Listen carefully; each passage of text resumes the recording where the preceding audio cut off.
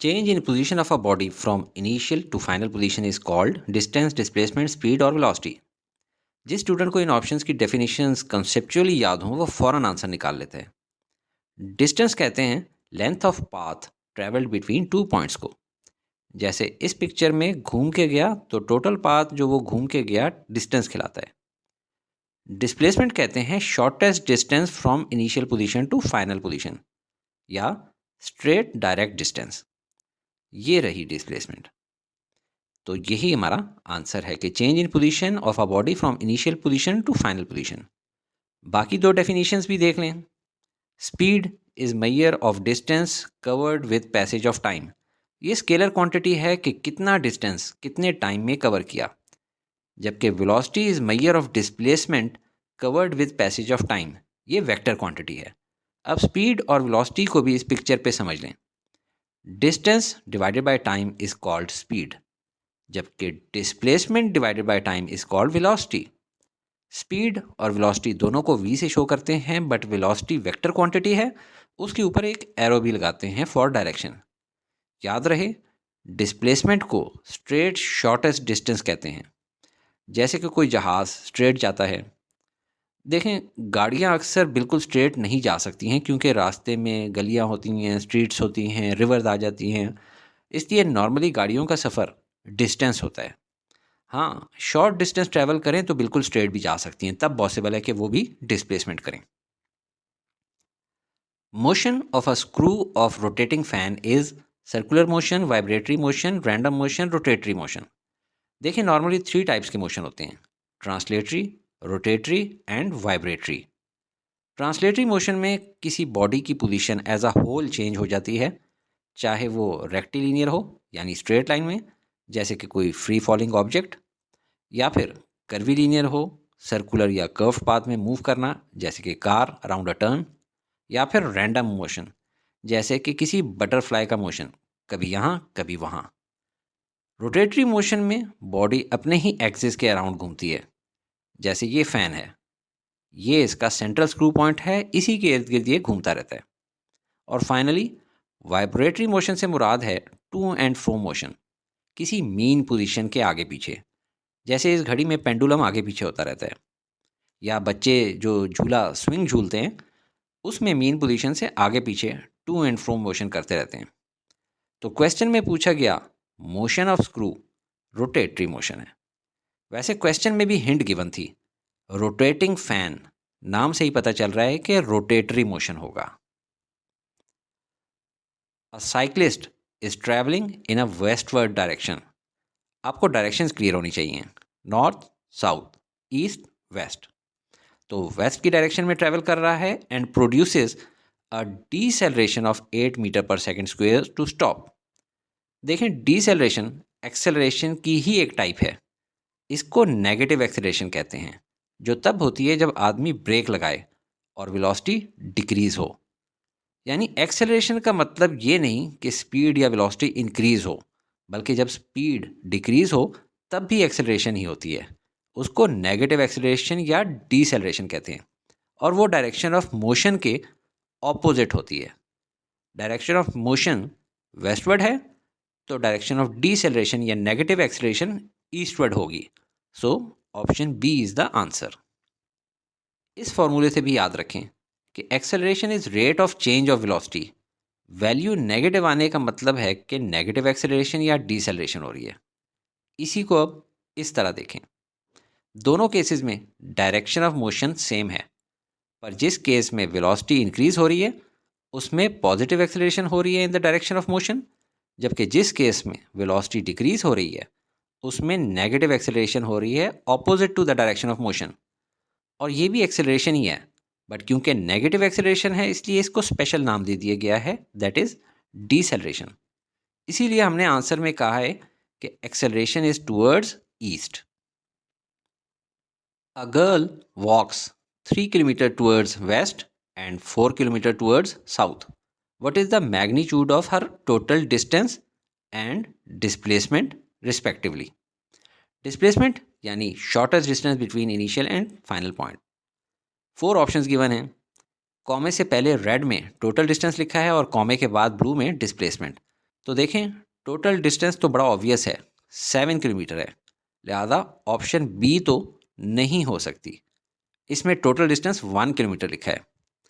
बाकी अगर आप देखें तो ऑप्शन ए भी नहीं हो सकती, क्योंकि पहले वेस्ट गया फिर साउथ गया, टोटल 7 किलोमीटर डिस्टेंस, जबकि डिस्प्लेसमेंट तो इससे कम नज़र आ रही है और डिस्प्लेसमेंट इतनी कम भी नहीं कि इसको 1 किलोमीटर कहा जाए।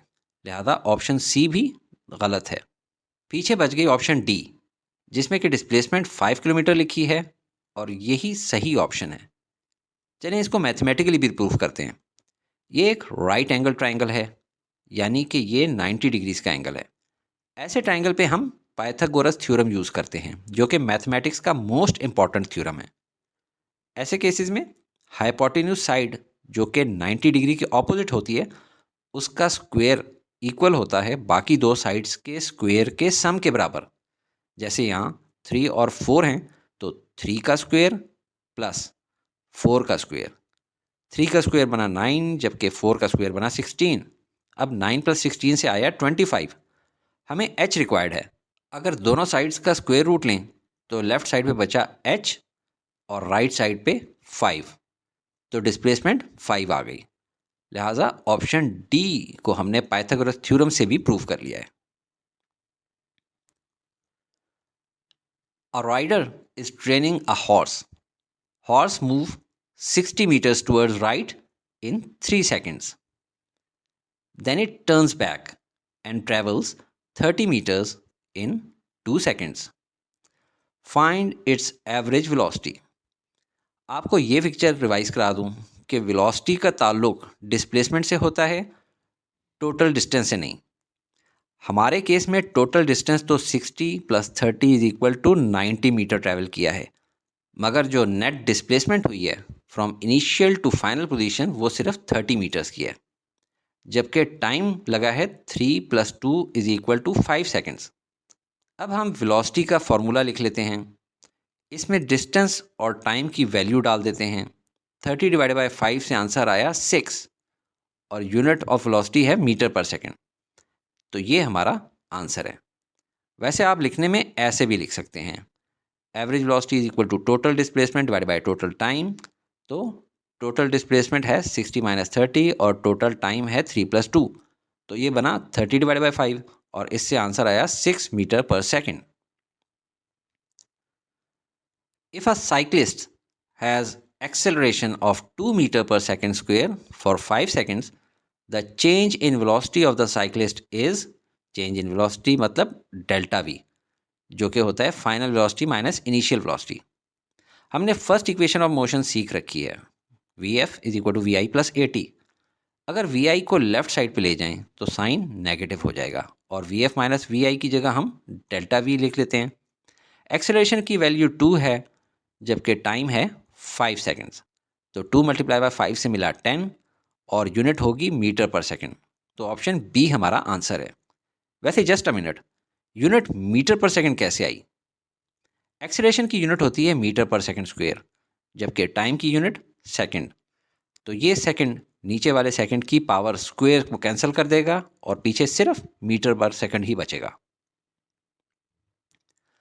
A car is moving with velocity of 10 meter per second, यानी ये इनिशियल वेलोसिटी है। If it has acceleration of 2 meter per second square for 10 seconds, what is final velocity of the car? हमने first equation of motion सीख रखी है, Vf = Vi + At। Final velocity हमने find करनी है जो ऑलरेडी लेफ्ट साइड पे है। बाकी तीनों की वैल्यूज़ हमें गिवन हैं। Vi इनिशियल वेलोसिटी की वैल्यू है 10 मीटर पर सेकेंड, एक्सेलरेशन की वैल्यू है 2 मीटर पर सेकेंड स्क्वायर, जबकि टाइम गिवन है 10 सेकेंड्स। 2 × 10 से आता है 20 और 10 + 20 से आया 30 और यूनिट ऑफ वेलोसिटी है मीटर पर सेकेंड। तो option A is our answer. When the slope of a body's displacement time graph increases, the body is moving with increasing velocity, decreasing velocity, constant velocity या all of these। सबसे पहले तो अच्छी बात यह है कि इसने खुद ही बता दिया है कि डिस्प्लेसमेंट टाइम ग्राफ से वेलोसिटी मालूम होती है। जैसे इस डायग्राम से देखें, डिस्प्लेसमेंट / टाइम का रिलेशन से वेलोसिटी मिलती है। चलें डिस्प्लेसमेंट टाइम ग्राफ देखते हैं। वाई एक्सिस पे डिस्प्लेसमेंट है और एक्स एक्सिस पे टाइम। अब इस स्लोप को देखें, क्या ये स्लोप इंक्रीज हो रहा है? ज़्यादा स्टूडेंट्स जल्दी में यही समझते हैं, हालांकि स्लोप कांस्टेंट है। इसके मुकाबले में इस ग्राफ को देखें, इसमें जैसे जैसे राइट साइड पे जा रहे हैं स्लोप ऊपर की तरफ इंक्रीज हो रहा है। नहीं समझ आई? तो ये देखें, स्लोप कहते हैं राइज ओवर रन, यानी on the graph along x axis run करने पे अलोंग वाई एक्सिस कितना राइज हुआ। जो ये वाला स्ट्रेट ग्राफ लाइन है, इसमें राइज ओवर रन की रेशियो सेम रहती है हर जगह पे, जबकि जो कर्व ग्राफ बना है इसमें शुरू में राइज ओवर रन की वैल्यू लेस है और बाद में इंक्रीज हो जाती है और बढ़ती जाती है। लिहाजा इससे हम ये नतीजा निकालते हैं कि डिस्प्लेसमेंट टाइम ग्राफ में अगर स्लोप इंक्रीज कर रहा है तो ये इंक्रीजिंग वेलोसिटी को शो कर रहा है, ये इंक्रीजिंग वेलोसिटी है। और कॉन्सेप्ट्स को क्लियर करें तो याद रखें ये कांस्टेंट वेलोसिटी है, क्योंकि डिस्टेंस एक कांस्टेंट स्पीड से इंक्रीज हो रहा है over the similar period of time. A ball is thrown straight up. What is the magnitude of acceleration at the top of its path? बहुत ही इजी क्वेश्चन है। देखें इसमें मैग्नीट्यूड ऑफ एक्सेलरेशन पूछा जा रहा है, यानी पॉजिटिव या नेगेटिव नहीं, सिर्फ उसकी मैथमेटिकल वैल्यू। हम जानते हैं कि ऊपर के सफ़र में acceleration due to gravity -9.8 metre per second square होती है और नीचे के सफ़र में 9.8 मीटर पर सेकेंड स्क्वायर। जिस चीज़ से आपने कंफ्यूज नहीं होना वो ये है कि at the top final velocity 0 होती है, जबकि अर्थ की वजह से एक्सेलरेशन ड्यू टू ग्रेविटी हर वक्त बॉल पे असर कर रही होती है। ऊपर जाते वक्त -9.8 मीटर पर सेकेंड स्क्वायर और नीचे आते वक्त +9.8 मीटर पर सेकेंड स्क्वायर। तो इसका मैग्नीट्यूड कांस्टेंट रहा 9.8 metre per second square. So option B is the right answer. Slope of distance time graph is velocity, acceleration, speed, displacement. अब आपको समझ आ रहा होगा कि ये पिक्चर समझना बहुत ज़रूरी है। डिस्टेंस डिवाइडेड बाय टाइम से हमें स्पीड मिलती है, जबकि डिस्प्लेसमेंट डिवाइडेड बाय टाइम से वेलोसिटी। क्वेश्चन में डिस्टेंस टाइम ग्राफ का पूछा गया है कि उसके स्लोप को क्या कहते हैं, तो वो हमें यहाँ से पता चल रहा है कि स्पीड इज़ द आंसर। याद रहे v को देखकर जल्दी में वेलोसिटी नहीं टिक करना।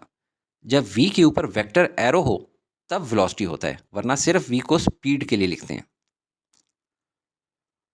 Area under the speed time graph is equal to dash of moving body, distance, change in velocity, uniform velocity, acceleration. सबसे पहले तो जहन में एक स्पीड टाइम ग्राफ लाएं। y एक्सिस पे स्पीड है और x एक्सिस पे टाइम। इसमें जो एरिया अंडर द ग्राफ है उससे हमें डिस्टेंस मिलता है। So option A is the right answer. Class 9 चूँकि फिजिक्स का बेसिक स्टार्ट है, ग्राफ्स में स्टूडेंट इतने कॉन्फिडेंट नहीं होते हैं, लिहाजा दोबारा वही डायग्राम जहन में लाएं। क्वेश्चन में स्पीड टाइम ग्राफ पूछा है, तो स्पीड और टाइम वाले में तीसरी चीज़ डिस्टेंस होती है। इन 5 seconds a car accelerates so that its velocity increases by 20 meter per second. The acceleration is, यहाँ ये बात समझने की है कि velocity increases by 20 metre per second. ये नहीं कहा कि इट्स फाइनल वेलोसिटी इंक्रीज होकर 20 मीटर पर सेकेंड होगी है, यानी अगर इनिशियल वेलोसिटी वी आई थी तो फाइनल वेलोसिटी होगी वी आई प्लस 20। ऐसे में एक्सेलरेशन फाइंड करें तो वही सेकेंड इक्वेशन ऑफ मोशन काम आएगी, V F is equal to we I plus 80। V F की जगह लिख लें वी आई प्लस 20, राइट हैंड साइड पे V I as it is, जबकि एक्सेलरेशन फाइंड करनी है और टाइम गिवन है 5 सेकेंड्स। वी आई दोनों साइड्स पे है तो कैंसिल हो जाएगा, पीछे बच गया 20 इज इक्वल टू 5a। अब यहाँ पे 5 मल्टीप्लाई हो रहा है, दूसरी साइड पे ले जाएंगे तो डिवाइड हो जाएगा। 20 डिवाइड बाई 5 से वैल्यू आई 4 और यूनिट ऑफ एक्सेलरेशन होती है metre per second square. So option B is the answer. Ball dropped from a tower, यानी किसी टावर से बॉल को ड्रॉप किया गया है फ्रीली। आगे कह रहे हैं reaches ground in 4 seconds। The speed of impact of ball is, यानी जब ज़मीन पे टच होती है बॉल तो क्या स्पीड है 0 मीटर पर सेकेंड, 2.45, 19.6 या 39.2। बहुत आसान है, देखें, जब टावर से बॉल को नीचे फ्रीली ड्रॉप कर रहे हैं तो उस वक्त इनिशियल वेलोसिटी वी आई कितनी होगी? 0। और चूंकि फ्रीली फॉलिंग है इसलिए इसकी एक्सेलरेशन होगी acceleration due to gravity g is equal to 9.8 metre per second square. हमें कहा जा रहा है find speed of impact of ball यानी फाइनल वेलोसिटी वी एफ। तो अब भी फर्स्ट इक्वेशन ऑफ मोशन काम आएगी, V F is equal to we I plus a t. V f find करनी है, वी आई 0 है, ए की जगह एक्सेलरेशन ड्यू टू ग्रेविटी की वैल्यू 9.8 और टाइम गिवन है 4 सेकेंड्स। तो 9.8 मल्टीप्लाई बाय 4 से वैल्यू आई 39.2 और स्पीड या वेलोसिटी की यूनिट होती है metre per second. So option D is the right choice. Which of the following distance time graph represents increasing speed of a car? Option A को देखें, इसमें तो डिस्टेंस इंक्रीज ही नहीं हो रहा। जो डिस्टेंस टाइम 0 पे है, टाइम गुजरने के साथ भी उतना ही डिस्टेंस कवर्ड है, क्योंकि अलोंग वाई एक्सिस डिस्टेंस में कोई चेंज नहीं आई, यानी car is not moving, speed is 0। तो ये रॉन्ग ऑप्शन है। अब ऑप्शन बी देखें, at time t is equal to 0 distance covered is 0।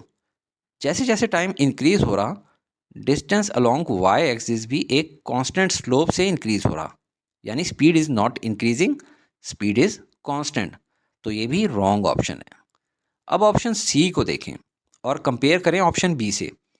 Option B में भी डिस्टेंस इंक्रीज हुआ था लेकिन स्पीड वॉज कांस्टेंट, इसलिए स्लोप भी कांस्टेंट था। जबकि ऑप्शन सी में टाइम गुजरने के साथ साथ डिस्टेंस इंक्रीज हो रहा है, बट इस केस में स्लोप कांस्टेंट नहीं है, slope is getting steeper and steeper, यानी rise over run is increasing. लिहाजा this is the right option, speed of car is increasing.